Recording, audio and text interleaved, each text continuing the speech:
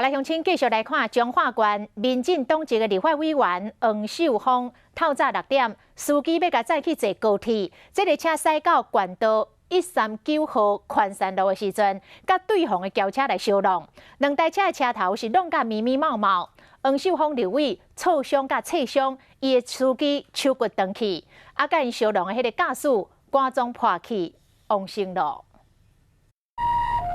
救护车赶到位，发生对撞的乌色箱仔车甲轿车停伫路中，两台车头拢落落去，受损严重。救护人员赶紧将黄衫的中华民进党籍立法委员黄秀芳甲两位司机送医急救。只是挫伤而已。挫伤有哪里受伤？手还有撞到手。黄秀芳检查了后，就侧伤甲靠伤，伊的司机是手骨折，在轿车顶生乱驾驶，因为肝憋气。 也是无命。黄秀芳讲，当时准备要去坐高铁，经过彰化139线宽山路分数场边发生对撞。在直直冲过来，你说无惊吗？我想看到拢袂赴啊！我想危死啊！就直接冲过来，而且都没有刹车。